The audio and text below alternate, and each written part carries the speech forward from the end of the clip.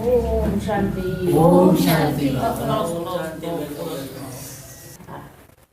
Last का अपन सुनाएंगे आपको। ववनिका लौकिक सभी इच्छाएं छोड़ ईश्वरीय कुल की वृद्धि करने में मददगार बनना है।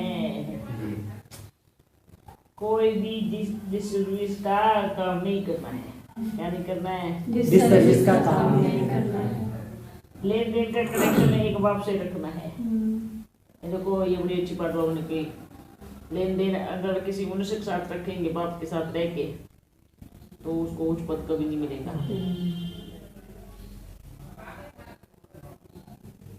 बाप को मालूम नहीं पड़ेगा और बच्चे किसी किसी से मांगते रहे, अपना धंधा करता रहे, वो जाकर फिर अपनी प्रजा में जन्म देगा।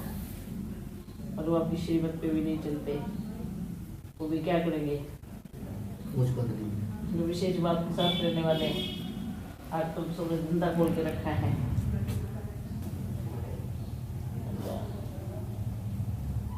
लेन देन का कनेक्शन एक बाप से रखना है, किसी ढंग से नहीं रखना है। ठीक है, बार बार से कनेक्शन रखेंगे तो किसकी याद आएंगी? डेढ़ाड़ी की याद आएंगी ना। बाप तो आएंगी नहीं। बाप इतना देते हैं, कोई गाय नहीं। डेढ़ाड़ी मनुष्य एक दाना देंगे तो नाचेंगे, हमने देखो हमने ये दिया, हमने ये दिया। और बाप इतनी पालना, इतना प्यार, सारा खर्चा उठाते हैं, उसका कोई कदर नहीं करते। इतने बुद्धू बच्चे, इतने मूर्ख बच्चे, इतने माँ मूर्ख बच्चे हैं। और खुद कहीं से मिलेगा, रिश्तेदारी से या किसी घर से 2 पैसा मिलेगा तो हाँ हमारे घर में ये दिया, हमारे घर में। जिस दिन बाप का कनेक्शन और हिसाब किताब जोड़ेंगे ना, तब अकलाएंगी। फ्री का मिलता है ना तो कोई कदर नहीं। और कोई दे देगा तो नाच करेंगे, हमें ये मिला, हमें ये मिला। बाप से हट के कमाई करके दिखाओ कितनी कर सकते हैं। देखते हैं कौन कितना पैसा देंगे आपको। आपके घर वाले मार के भगा देंगे लौकिक में। अच्छा, क्या वरदान है? चारों ओर की हलचल के समय अव्यक्त स्थिति का आगे लिखा ही नहीं है।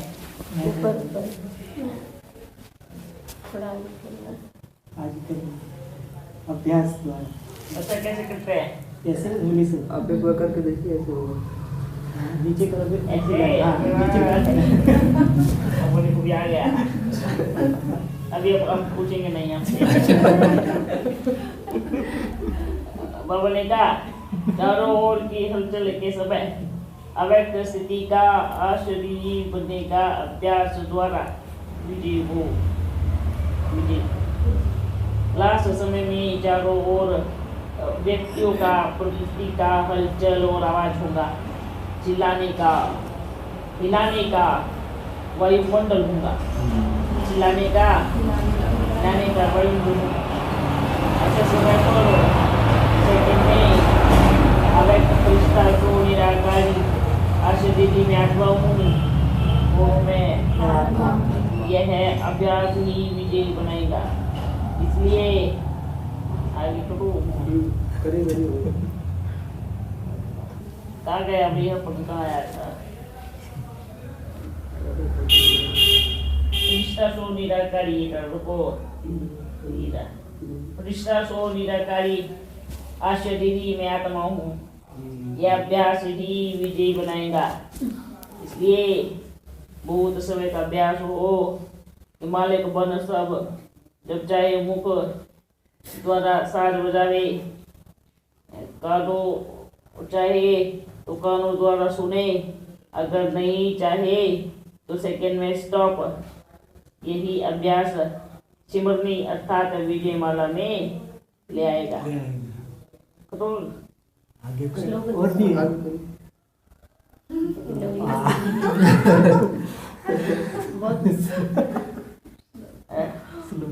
स्लोगन है, पुरुषार्थ को तीव्र करना है तो अलविलेपन के लूज सुकरू को टाइप करो। पुरुषार्थ को तीव्र करना है तो ध्यान से सुनो। अवेलेबल के लूज सुकरू को टाइट करो है। लवली स्त्रीकार को करो। आदिकाल अमृत वेले अपने दिल में परमात्म प्यार को संपूर्ण रूप से धारण कर लो। अगर दिल में परमात्म प्यार, परमात्म शक्तियाँ, परमात्म ज्ञान फुल होगा तो कभी और किसी की तरफ लगाओ यार सदैव जा नहीं सकता। लेकिन ज्ञान तो छोड़ो, कोई दिखा तो बाल लेते आप आगे पुरुष को पूरे बाबा पूरे बस पूरी हो गई। जी जी इतना ही थी। मीठे बच्चे से खत्म कर दो तो कोई कहाँ गई थोड़ा खींचे ऐसे। हाँ। अच्छा ये हाँ, आया। या। मीठे बच्चे जी बाबा किसी भी प्रकार की लालच तुम बच्चों को नहीं रखनी है। नहीं रखेंगे क्या नहीं रखनी है? लालच नहीं। किसी से भी कुछ मांगना नहीं है। नहीं मांगेंगे मांगने से मर जाओ, हाँ बाबा क्योंकि तुम दाता के बच्चे देने वाले हो। बाप की इज्जत गवा दी तो मर जाओ। मांगने से अच्छा, मांगने से क्या मरना भला। दाता के बच्चे होकर के भिखारी जैसे मांगते हैं तो कितना खराब लगेगा दाता को। जो दाता सारी दुनिया को देने वाला और उसको पहचानने वाले बच्चे मांगते हैं तो बाबा क्या कहेगा? बाप की नाक कटा दी। क्या नहीं करना है? नाक नहीं कटा दी। मीठे बच्चे किसी भी प्रकार की लालच नहीं रखना है, किसी से भी कुछ मांगना नहीं है, नहीं बाबा क्योंकि तुम दाता के बच्चे हो। किसके बच्चे हो? दाता के बच्चे हैं। तो देना ही देना है। लेना ही लेना है बाबा लेना ही देना है। नहीं लेना ही देना है। है, लेना है। लेना ही देना है देना बाबा ही देना है। और अपन क्या देंगे? ज्ञान की रत्न जो कोई किसी को नहीं दे सकता। ये लो। नहीं बाबा मैं तो बिल्कुल अच्छा बच्चों, और सब ठीक है? इतना प्यार, इतना साथ, इतना सब कुछ यहाँ बाप के घर में मिलता है। ठीक है? दुनिया में चले जाओ, लौकिक दुनिया में भी चले जाओ, और जो जिन्होंने अलग अलग पार्टियां खोल के रखी है उस दुनिया में भी जाके देखो। सबके गलत धंधे चल रहे हैं। कहीं पर भी इतना प्यार आप बच्चों को नहीं मिलने वाला। इतना सच्चाई, इतना ईमानदारी, इतनी वफादारी कहीं मिलने वाली नहीं है। और जो यहाँ से तंग हो जाए तो एक बार जाकर के आवे। ठीक है? समझ में आ रहा है? हाँ। अब तो शुरू से बोल रहे हैं। एक बैग लेके निकली थी, आज देखो खाली हो गया है। और जो आकर के जो चले गए उनसे जाकर के पूछ लो। कितना संघर्ष किया बाबा फिर टोली किसको देनी है? ये वाले देनी है? हाँ। ये देखो कितनी दिए, छोटे बड़े दिए है ना? कलर भी अलग इसलिए फिर क्या करेंगे? छुट्टी में तो प्रदान हो जाएंगे तो एक जैसे फल लगेंगे। हेलो में सतयुग में एक ही जैसे फल लगेगा, एक ही जैसा सबका रंग होगा, एक ही जैसा आकार होगा, है ना? बाबा क्या खिलाएंगे? ये जो आप बोलोगे वही खिला देगा। वही वो वाला खिलाए। हाँ, ये हाँ, फल तो अभी बहुत खाए। है ना? हैंकी चला हैंकी उसकी तो सतयुग में क्या होगा? एक जैसा होगा। एक जैसा। बोले छोटी से छोटी चीज भी प्रकृति के पेट पे लगेगी ना, एक जैसा। इतनी होंगी तो इतनी लगेंगी। अरे उसका बीज भी एक जैसा होगा, सबका बीज तक एक जैसा होगा। प्रकृति को कितना डिसिप्लिन है। इसलिए बाबा क्या बोलते हैं? एक धर्म, एक राज्य, एक भाषा, एक ही प्रकृति को स्थापन करने के लिए आए हैं। अब ये देखो कितनी वंडरफुल बात है। एक इतना सा फल इतना ही आकार, इतना ही, हाँ पूछो। इसलिए बाबा वो सचिव में देवी देवताओं की शक्लें भी जैसे मिलती जुलती होती मिलते हैं, है ना। थोड़ा बहुत फर्क होगा, हल्का सा फर्क होगा, नाम से तो जाने जाएंगे ना। हाँ। पर ऐसा नहीं है कि वो आप भूल जाएंगे, अरे ये वही है क्या, क्योंकि मेमोरी इतनी पावरफुल होंगी, जिसने एक बार जिसकी शक्ल देख ली वो सेट हो गया, ये है, ये इसका नाम है, भूलेंगे नहीं, याददाश्त भी नंबर 1, क्योंकि याददाश्त भी नंबर 1। अब तो एक को देख लेंगे, दूसरे को देखेंगे, अच्छा मैंने आपको पहले कहीं देखा था, ऐसे भूल जाते होता है ना। क्यों? क्योंकि क्या याददाश्त 0 बन गई, कमजोर हो गई। और सुत्ती में भी क्या होगा, एक जैसा, एक जैसा। अलग अलग जो पेड़ होंगे ना, पेड़ अलग अलग फल के, बोले उनका थोड़ा साइज छोटा बड़ा हो सकता है, नहीं तो जो एक फल एक जैसे, मान लो ये वाला फल है, इस फल का जो पेड़ होगा ना, वो पेड़ एक जैसा ही होगा, लंबाई चौड़ाई सेटिंग सब एक जैसी होंगी। आम का होगा तो वैसे ही होगा, इतना ही छोटा, इतना ही बड़ा तो होगा। वैसे ही। आप सोचो, मतलब कि जिसको एक्यूरेट कहते हैं ना, वो होगा वहां पे, और जितना बढ़ेगा उतना ही बढ़ेगा, ठीक है। ऐसा नहीं फैलता जाएगा फैलता जाएगा फैलता जाएगा, ऐसा नहीं होगा। जहाँ उसकी लिमिट हो जाएंगी वहाँ वो हो जाएगा। और इतने जल्दी पत्ते गिरने वाले नहीं है नीचे, यहाँ तो पतझड़ आती है ना, उधर पतझड़ कभी नहीं आती, सूखेंगे भी नहीं। आप सोचो, ऐसा वहाँ प्रकृति का गुण होगा। हमको तो वो फूलों की जो माला बताई थी ना, कि वो अपने आप माला बनेगी, अपने आप माला सोच के बनेगी। कभी ऐसा लगता है कैसे। आप देखो प्रकृति कितनी सुंदर है अपने आप में, अपने आप माला बनाती है। या तो सुई धागे से पिरोते रहो है। और प्रकृति क्या करती है मालूम है, एक जैसी माला, एक रंग की माला भी बनाएगी, अच्छा, और 7 रंग के फूलों की माला भी बनाएंगी। बाप रे। और माला कभी जमीन में नहीं टच होने देंगी प्रकृति, चाहे माला का वजन कितना भी हो। इतनी खूबसूरत प्रकृति होंगी ना, वो ज्यादा एकदम देखिए इतना बढ़िया। आप देखने जाते हैं ना कब कब, तो बड़ी अंदर में दिल खुश होती है, ऐसी दिल खुश होती है ना, देखते रहे। ऐसी दुनिया में जाने वाले आप बच्चे हो, आप सोचो तो आप कौन हो। और ऐसे फल रहेंगे ना, ऐसे फल आकार के, आप रस पीने का दिल करता है ना, तो मस्त रस बुरा होगा, और ढक्कन खोलो और काढ़ा गरम रस होगा, सूखी रस पी जाओ। इतना बढ़िया रस होगा। सोचो प्रकृति कितनी इतनी रिफाइंड है में है, और इतनी सुंदर सजावट होगी। आज भी प्रकृति में चमत्कार होते हैं, लेकिन सतयुग में कितनी सारी चीजें होंगी, सोचो। हाँ बाबा, सोनी की द्वारिका तो नीचे से ऊपर आएगी, हाँ, फिर ये प्रकृति मतलब उस पर कैसी रची जाएगी, कैसे मतलब, या फिर उस जगह आएगी कि देखो जहाँ बच्चे, प्रकृति, जैसे मानो अब सबने धरती का खून चूसा, सब बन गए, धरती सबको खून चूसेगी, तो क्या बन जाएंगे, शक्तिशाली हो जाएंगे।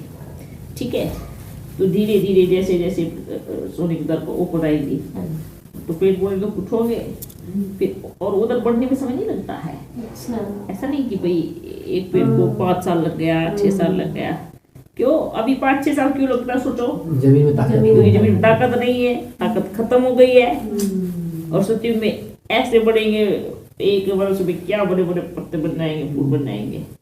क्यों, जमीन उपजाऊ रहेगा, जमीन में इतनी ताकत आ जाएंगी, इतनी ताकत आ जाएंगी, तो फल भी ताकतवर लगेगा, है फूल भी बड़े अच्छे लगेंगे। ऐसा नहीं फूल टूट के नीचे गिर गया, सूख गया, है इतनी बढ़िया वहाँ की डेकोरेशन, प्रकृति इतनी खूबसूरत। मतलब पहले प्रकृति वहाँ पे ऊपर आनी शुरू हो जाएगी ना, ऊपर आने शुरू हो जाएंगी, बड़े बड़े छोटे छोटे पौधे होंगे। प्रकृति का प्रोसेस कभी रुकता नहीं।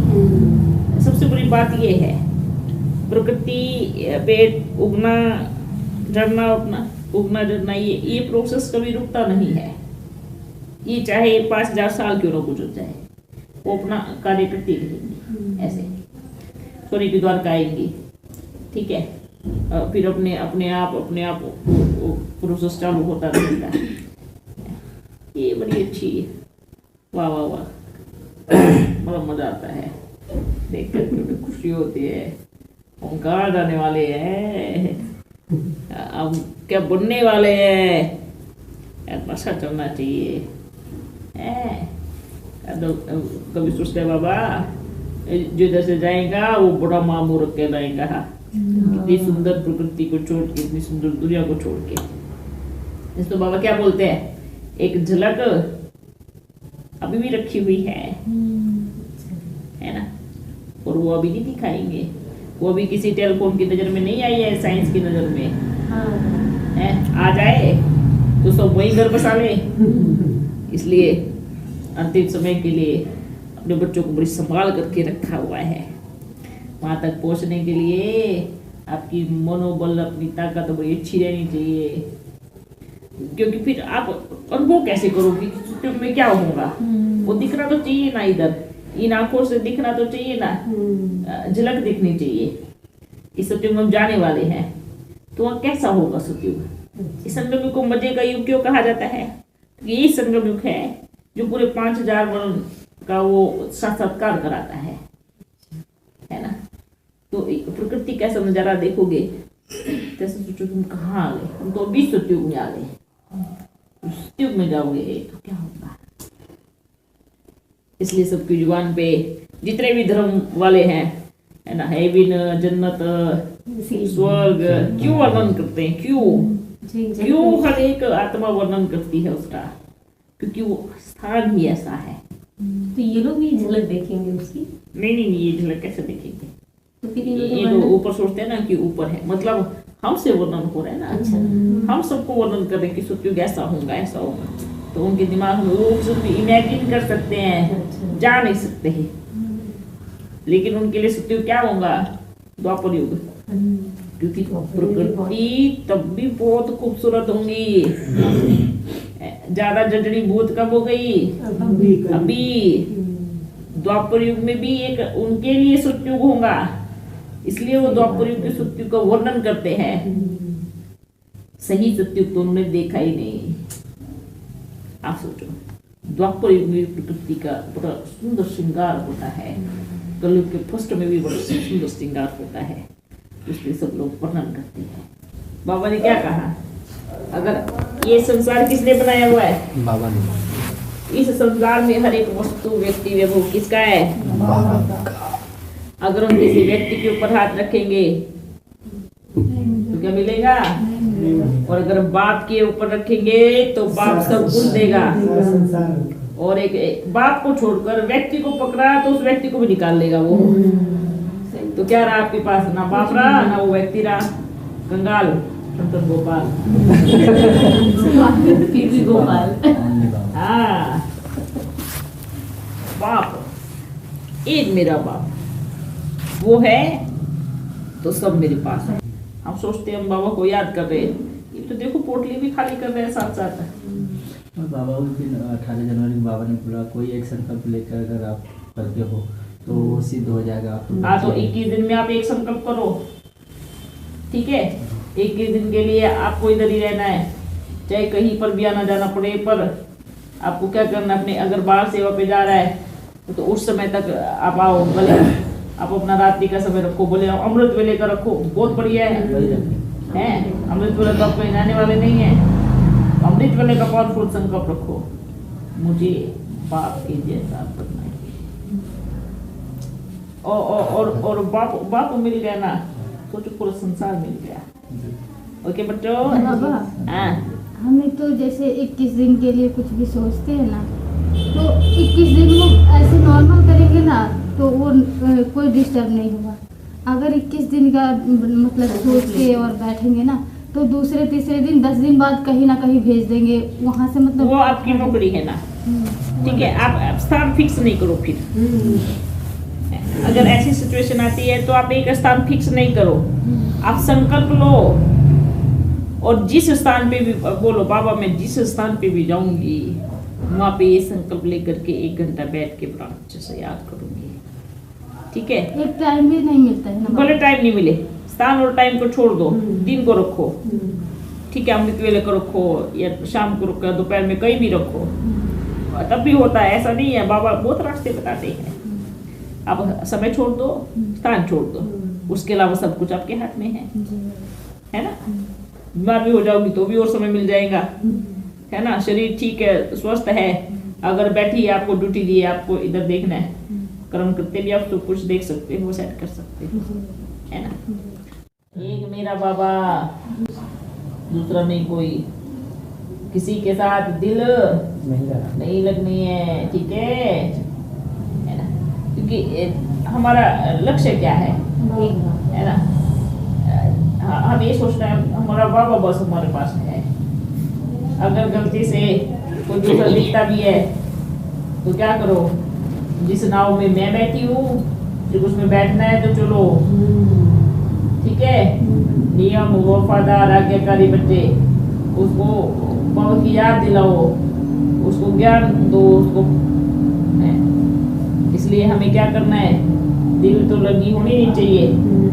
अगर कहीं भी थोड़ा लग रहा है कि भाई हाँ दिमाग में चल रहा है, तो क्या संकल्प ले लो, मुझे अब उसको बाबा को बनाना है। लेकिन अगर वो नहीं बनते छोड़ दो अपने को, ओके। जब पहले हम योग करते थे तो आप आगे बैठते थे, अभी आप दिखाई ही नहीं देते। यही तो सुना ले आपको, दिखाई नहीं दो, आगे चल के और गायब हो जाएगा बाबा, ठीक है। सुधर जाओ, बाबा का जाने का समय हो गया है। बाबा ने क्या वायदा, बाबा आए, बाबा ने क्या बोला, जब तक बच्चे तैयार नहीं हो जाते मैं कहीं जाने वाला नहीं हूँ, ऐसे बोले ना। लेकिन ये भी सोच लो तैयार उसको कैसे करना है, उसको मालूम है,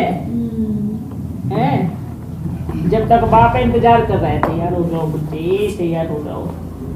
नहीं तैयार हुए तो क्या करेगा, महाकाल बन करके। अभी तो अपन भी बाप है, फिर दोनों बाप गायब हो जाएंगे, ठीक है। तो हम लोग दोनों बाप है, मतलब अनुभव से अपने तर्क से आगे बढ़ना पड़ेगा। क्यों अनुभव से, बाबा इतनी सारी शिक्षाएं दे रहे हैं, मियाँ देंगे ना, सारा संदेश देंगे ना। कभी कभी हम सोचते हैं हम सही हैं, लेकिन हम गलत रहे होते हैं, है ना। एक हमेशा याद रखना, अब अगर अभिमान होगा ना तो कुछ सही नहीं करने देगा, ये चीज याद रखना। क्योंकि अभिमान में आकर के हमें ये समझ नहीं आता कि हम गलत कर रहे हैं या सही कर रहे हैं।